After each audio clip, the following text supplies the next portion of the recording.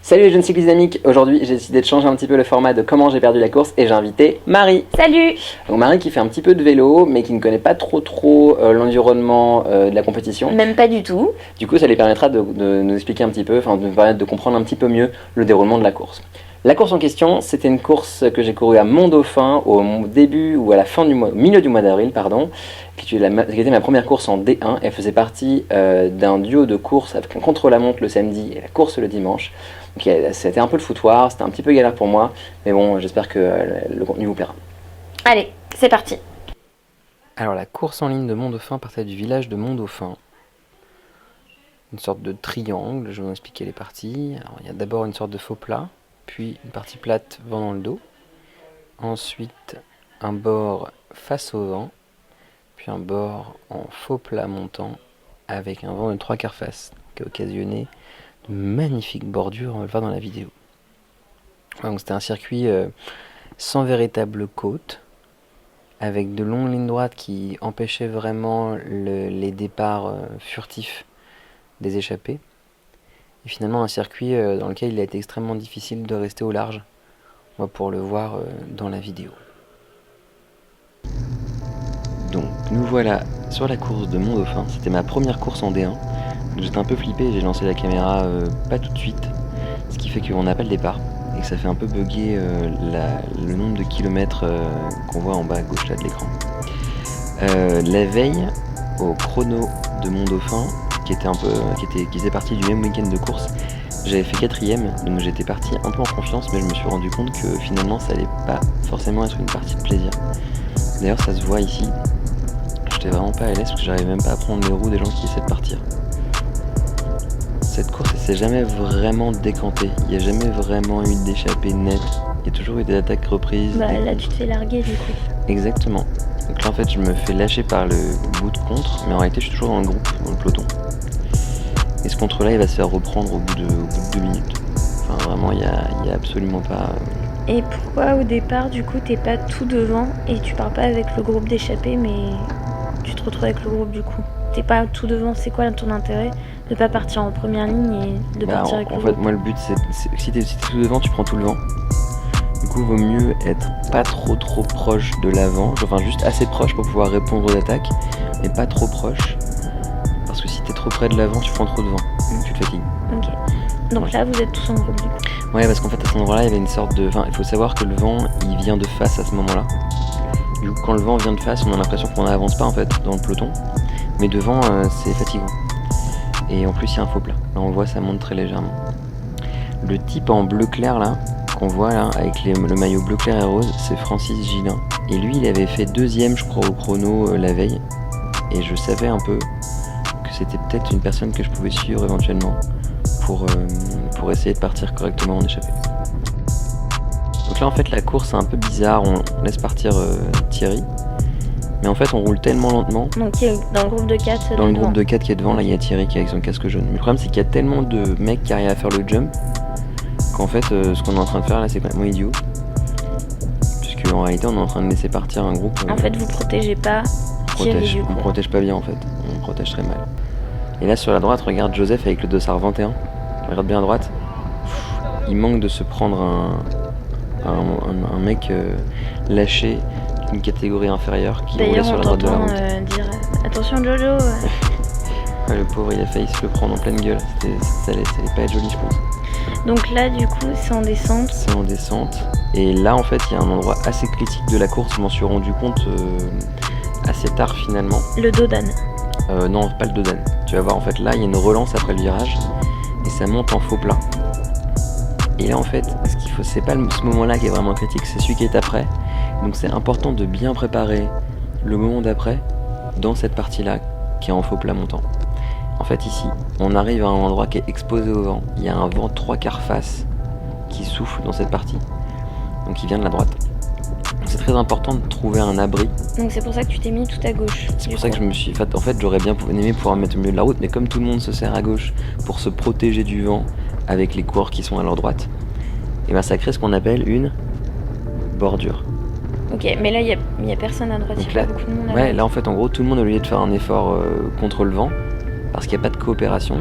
et la création d'une bordure. Tu vois, la bordure, on la voit bien là. Oui. Tout le monde est collé sur la gauche de la route parce que le vent vient de la droite. Et donc là, on voit un phénomène vraiment typique.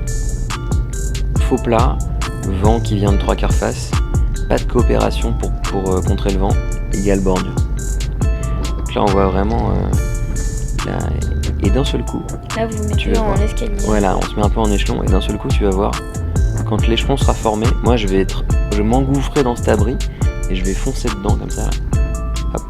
Donc là, tu t'exposes au vent, en fait. Non, là, je suis... Non, justement, je suis couvert par la masse de coureurs. D'accord, parce que le vent a changé de direction. Non, le vent n'a pas changé de direction, mais en fait, leur masse me couvre, comme si c'était une maison, quoi. Ok. Du coup, le vent est toujours là, mais la masse de coureurs fait comme un mur. Il me protège, ce qui fait que je peux rouler dedans tranquille. Donc là, en gros, j'ai repris une place de choix, parce que je suis assez protégé par la masse de coureurs. Voilà, tu vois, on a bien vu la formation de la bordure, la reformation d'un éventail et comment je me suis engouffré à l'intérieur comme dans du beurre, quoi. C'est assez marrant. Et là, en fait, on va arriver dans une partie descendante qui descend à le village de Mont-Dauphin, qui va nous amener vers un virage assez serré dans lequel il va falloir relancer et où le placement est vraiment important. De la même manière, très souvent avant les virages, le placement est important. C'est-à-dire que par exemple là, on se sert de la descente pour prendre le plus de positions possible. Et arriver, le mec à gauche, on le voit bien là, il trace pour prendre des positions. C'est dangereux ce qu'il fait parce qu'il vient à l'intérieur du virage, donc il va devoir devenir vraiment à l'arrêt pour prendre le virage correctement. Et il a pris quand même pas mal de place, on le voit. Et là, dans le virage, vous pédalez quand même, du coup. On s'arrête de pédaler pour passer le virage et on se remet à pédaler dès que le virage est passé. Okay. Et là, en fait, voilà, c'est ce qu'on appelle une relance, donc après le virage. On réaccélère pour remettre le peloton à haute vitesse. Et en fait, dans ces moments de relance, il ne faut pas être trop loin de la tête de la course, parce que sinon, on fait ce qu'on appelle l'élastique. Là, on voit Francis Gillin encore qui nous passe à droite, qui va essayer de placer, il me semble, une donc attaque. là, tu t'essayes dessus, du coup. Donc là, ouais, en fait, je sais qu'il est là, et je me dis... pas trop, en fait. Je pourrais essayer de suivre. En fait, je n'y arrive pas. En fait, je compte surtout sur les autres pour le faire. Donc là, il y a un gros groupe qui se lance, en fait. Et là, en fait, je comptais sur le mec à gauche pour prendre la roue, mais en fait, il pète. Non, il pète pas. Il prend pas de roue. À mon avis, il a un mec de son club qui est devant. Du coup, il a aucun intérêt à faire l'effort pour. Donc là, dans la course, on en est où, du coup?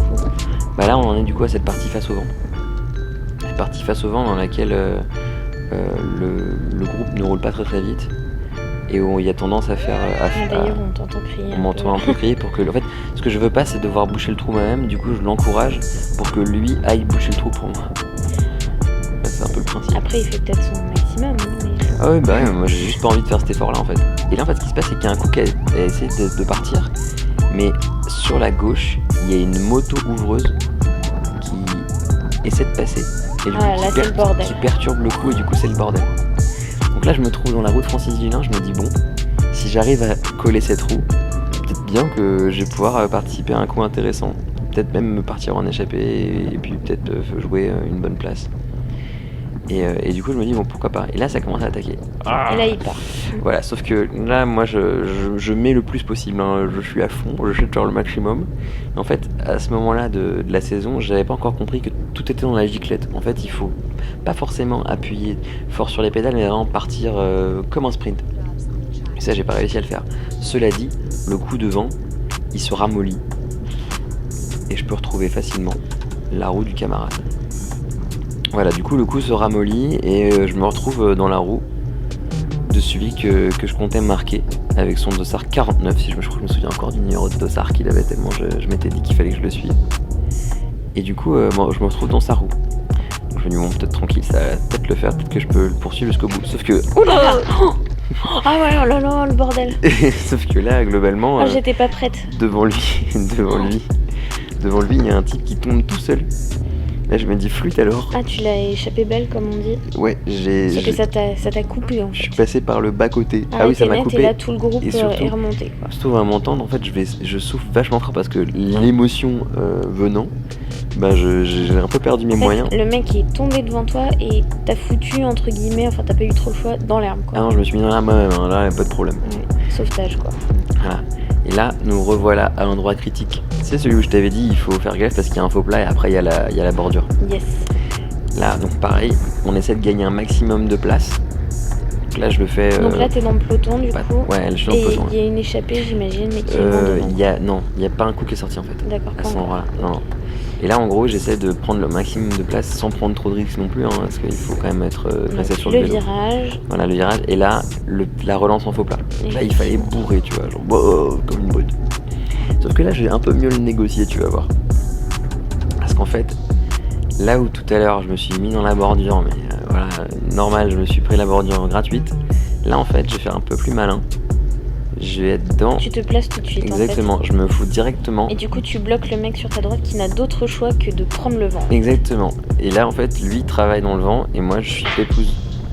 Sauf que lui il veut pas travailler dans le vent, du coup il essaie de me foutre moi dans le vent. Donc finalement tu t'es fait prendre à ton propre jeu puisque là t'es à droite. Ouais mais en fait je suis pas si mal. Parce qu'il faut savoir que les mecs autour de moi ils sont quand même beaucoup plus grands que moi. Du coup je prends moins le vent. Ce qui est pas bien difficile. Voilà, enfin je suis pas très grand non plus mais... Et du coup, là je me suis plutôt bien émerdé. En plus, il y a quand même des gars qui viennent me faire abri, genre, tu sais, j'avais rien demandé, mais voilà. Et là ça commence à s'exciter. Et là ça pousse, tu sais pas trop pourquoi. Bah en fait parce que devant ça s'excite. Okay. Et là en fait c'est le moment où il faut faire le taf. Parce que si tu pètes, enfin si tu laisses partir ce genre de coup dans une bordure, en général là, tu les revois jamais. Trou quand même, mais tu arrives à le combler. Ouais voilà. Et en fait en général si tu laisses partir là-dedans, ça pue. C'est-à-dire que tu vas jamais les revoir. Là les deux ils sont perdus à droite. Oh, ils sont pas perdus, ils savent ce qu'ils font. Donc là pareil ça s'excite un peu bizarrement. Et puis c'est assez bizarre cet enchaînement où ça accélère, puis c'est tranquille, puis ça remet un coup de jus. En fait dès qu'il y a un coup dont on sait qu'il va pas réussir, il y en a toujours un autre qui part. C'est ça un peu le principe. Le rythme est extrêmement haché. Donc en fait en gros ça favorise aussi le départ d'un coup. Typiquement là à 26 km/h, il y a un mec qui se gratte la jambe là. Et là du coup pourquoi vous êtes tous en ligne, enfin alignés on va dire et pas les uns derrière les autres, on va dire il y en a un il part là. Bah ouais c'est Tristan qui vient de partir là. Donc là en fait comme Tristan vient de partir, eh bien... Mais il part tout seul. Ouais il part tout seul mais c'est pas... Il y a un mec qui essaie de le suivre. Voilà, il y a un mec qui essaie de le suivre. Et moi en fait en gros comme je vois que personne réagit et que les autres... ton but c'est de bloquer un peu. Voilà c'est ça, sauf qu'il y a trop de mecs qui font le jump. Du coup moi ce qu'il faut que je fasse, c'est que je prenne la tête du groupe, que j'essaie d'imprimer un rythme assez élevé pour que personne ne puisse trop faire le jump, tout en garantissant la place de Tristan. L'écart de Tristan. Voilà. Donc là c'est ce que je vais essayer de faire à un moment donné. Mais là tu es troisième de ton groupe. Bah là en plus personne ne roule devant, donc ça, à la rigueur il est en train de laisser l'écart se faire, moi ça m'est égal. Hein. Seulement je pense que les gars qui sont devant moi, à droite, encore un type qui fait le jump. Je pense que les gars qui sont devant moi, ils ont pas du tout envie de rouler dans le vent. Du coup tu y vas quoi. Voilà. Et là, toi ton objectif c'est pas de tenter de les rattraper, mais au contraire de protéger en fait Tristan du coup. Exactement. Moi mon objectif c'est de voir Tristan de plus en plus loin. Donc plus il est loin et moins il est avec deux gens, mieux c'est. Tu vois le truc ? Donc ensuite on se retrouve encore cette partie désolante avec la relance avec une espèce de bébé coup de cul. Et là en fait il va se passer un truc relativement bizarre. C'est que au lieu de coopérer en fait, le groupe va accélérer mais au gré d'attaque, au gré de forcissement du rythme, mais pas du tout au gré de la coopération. C'est assez étonnant, tu vas voir. En gros là moi j'essaie un peu grossièrement d'imprimer mon faux rythme. Donc à ce stade là de la course je suis un peu fatigué. Et mon faux rythme je le fais vraiment de manière mais quel est l'intérêt là du coup, puisque l'échappée a l'air d'être loin quand même, mais t'as quand même pris la tête du groupe. Enfin c'est assez bizarre. Bah en fait le fait de prendre la tête du groupe, ça me permet de lui donner la vitesse que j'ai envie de lui donner. Sauf que là il y a un mec qui mouline devant. Exactement ouais. Il essaie du coup de reprendre les rênes du groupe parce qu'il sait que j'ai quelqu'un devant et que lui il a personne. Du coup c'est à lui de faire le travail pour faire accélérer notre groupe et le faire remonter sur le groupe d'échappés. Tu vois ce que je veux dire ? C'est que devant là si je me trompe pas, il y a un gars de chez nous et 3 autres mecs, mais il n'y a pas de Peltrax, il n'y a pas non plus de Tremblay, donc tous ces types là, eux, ce qu'ils veulent c'est soit se placer dans l'échappée, soit faire accélérer pour faire en sorte de pas laisser gagner les 4 qui sont devant. Et là, en fait tu le vois, hein, à chaque fois, c'est au gré des attaques que se fait le rythme du groupe et pas au gré de la coopération. Alors soit parce qu'ils ont compris que moi je vais la pourrir la coopération. Dès que je passe un relais, je passe un relais tout mou et je fais ralentir le groupe. Du coup je pense que les mecs ont compris que j'étais là pour les ralentir. les ralentir et pour rompre un peu leur coopération. Mais du coup, toi, ça te fatigue pas de accélérer pour les rattraper, remettre un rythme qui te convient, après tu te refais doubler, donc réaccélérer. Ah si, mais c'est ça la course. La course, c'est tout le temps des changements de rythme, hein. On n'est pas en triathlon. C'est tout le temps accélérer, ralentir, accélérer. Et là, les gars, devant, là, le mec, là, il a un sacré coup de pédale, le mec en orange, Tremblay en France. Là. Mais là, je trouve que le rythme, il est particulièrement haché versus d'autres courses. C'était une des caractéristiques de cette course. C'est une des courses les plus hachées que j'ai faites. On est monté à 60 km/h, je crois. Il n'y avait pas de grande descente, donc c'était 60 à l'heure quasiment sur du faux plat descendant. Et on est descendu jusqu'à, je sais pas, 20 km/h, 25 km/h, c'était une partie. Donc là, vous êtes un peu tout seul, enfin, on sait pas qui est derrière toi, mais en tout cas devant... Derrière moi, il y a un gros groupe en réalité. Et du coup, là, en fait, je suis en sentinelle, derrière le premier du groupe. D'accord. Et pourquoi le mec, là, devant, il est parti tenter un truc, en fait? Ouais, exactement, il tente un truc. Il tente une tentative de contre seul. Sauf que moi, en sentinelle, là où je suis, je bloque. Et là, il y a un autre contre qui part. Et dans ce contre-là, il y a Francis Dillon. Et je me dis, ah merde, flûte. Sacré Francis, toujours là où on l'attend pas. Enfin si, là en l'occurrence on l'attendait sur un compte de ce genre en fin de course, mais globalement là, plus fort que moi, j'arrive pas du tout à prendre cette roue. Au tapis, quoi. Bah là en gros, déjà je suis première roue, du coup j'imprime mon faux rythme, mais je roule à 2 à l'heure, ce qui fait que lui, en arrivant très vite, il a une très grande différence de vitesse. Et moi pour prendre sa roue dans le même mouvement, c'est extrêmement difficile, tu vois. Du coup là on se retrouve un petit peu, l'échappée est partie.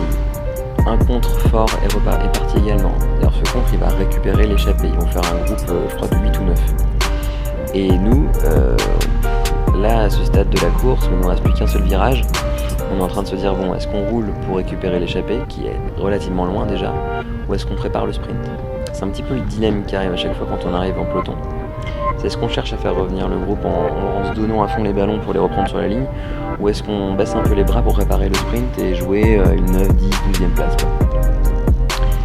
Du coup, il me semble que là, ce qui s'est passé, c'est qu'on a plutôt opté pour la deuxième option, la préparation du sprint.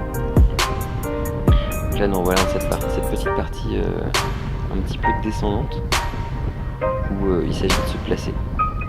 Et dans ma tête, je me disais, bon, place-toi correctement. Alors j'y connais rien en placement.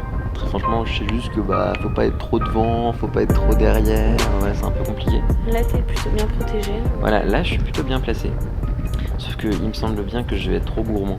Tu vas voir. En fait, en gros, là je suis plutôt bien placé. En plus, je suis avec Thierry de mon club qui est pas un mauvais sprinter, donc on dit bon, pourquoi pas. Et là, c'est là que je deviens un petit poil trop gourmand.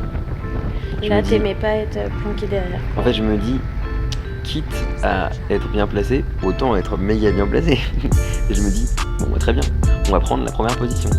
Sauf que, en fait, à ce moment-là, à la relance, je me dis, qu'est-ce que je fous maintenant? Genre, qu'est-ce que je dois faire? Je suis à genre 800 mètres de l'arrivée, qu'est-ce que je fais? Donc en fait, je relance mollement, et je me dis, je vais laisser revenir les gars, bon, on va voir, tu vois, comme ça, on va pouvoir se placer en 2-3e position, voir ce qui peut se passer. Faut savoir qu'à cet endroit-là, il me semble que le vent, il souffle 3/4 arrière. Donc, il n'y a pas d'enjeu de vent de face de ouf. Globalement, ma position est reprise et je me place dans une sorte de position de sentinelle, d'attente, un peu entre les types, en me disant, si ça part, je vais suivre. Et là, l'arrivée, elle me paraît extrêmement loin. Je me dis, putain, c'est vachement loin l'arrivée. Genre, je me dis, putain, c'est loin. Ça me paraît super loin et je me dis, si jamais il lance maintenant, mais je suis dans la merde, parce que moi, j'ai pas les watts pour tenir si longtemps. Et je me dis, surtout en plus, que ça monte là aussi. Ouais, il y a un tout petit faux plat. Ouais. Et je me dis, mais jamais je pourrais partir. Et en fait, la première roue lance le sprint. Et je me dis, putain, vas-y. Et en fait, j'arrive même pas à me lever. Et là, vraiment ils te passent tous devant, sans exception. Et là, tout le monde passe devant. En fait, ils ont lancé une première fois. Ça s'est un petit peu calmé. On voit que la distance, elle est pas vraiment... Voilà. Et ça réaccélère une deuxième fois ensuite. Et du coup, c'est un peu étonnant. Ce sprint, du coup, j'ai absolument pas participé, j'ai vraiment été extrêmement mauvais. Là, t'es vraiment spectateur de l'arrivée. Ah ouais, je suis complètement dans les choux. Je passe la ligne d'arrivée à la 27 ou 29e sans vraiment place. Trop savoir ce qui vient de se passer. C'était vraiment de la grosse merde. Pire sprint. Premier sprint en peloton en course et probablement le pire sprint que j'ai jamais couru. Du coup voilà, j'espère que ce commentaire de course vous a plu. C'était ma première course en D1. C'était pas forcément une très grande réussite, mais bon, il n'y a pas que des succès hein, dans une saison cycliste. C'est aussi pour ça que la série de vidéos s'appelle Comment j'ai perdu la course. J'espère que les petites questions de Marie vous ont plu, hein, Marie. Moi, c'était mes premiers commentaires. Alors, j'espère que ça vous a plu. Et si vous souhaitez qu'on fasse encore d'autres vidéos où je commente avec mon œil novice les courses de Nicolas, bah dites-le dans les commentaires. Voilà, on se voit sur la prochaine. Allez, ciao.